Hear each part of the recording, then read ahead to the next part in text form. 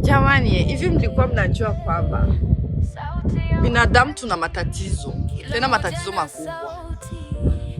Najifikiria kama binadamu tunaishi kwa sababu ya watu, tunaishi kwa kujitafutia kuonesha kama tuko wakamilifu, tuko wa malaika, sijui mtu fulani ataniona aje, nikifanya hivi itaonekana vipi. Jamani, hivi mlikuwa mnajua kama haya maisha hayataki mtu mkamilifu? Haya maisha yanahitaji usikati tamaa, ujipe nafasi ingine ya kuanza tena. Jamani, haya maisha yanahitaji formule ndefu, kalkile ndefu, matematike, sijui uanze nini.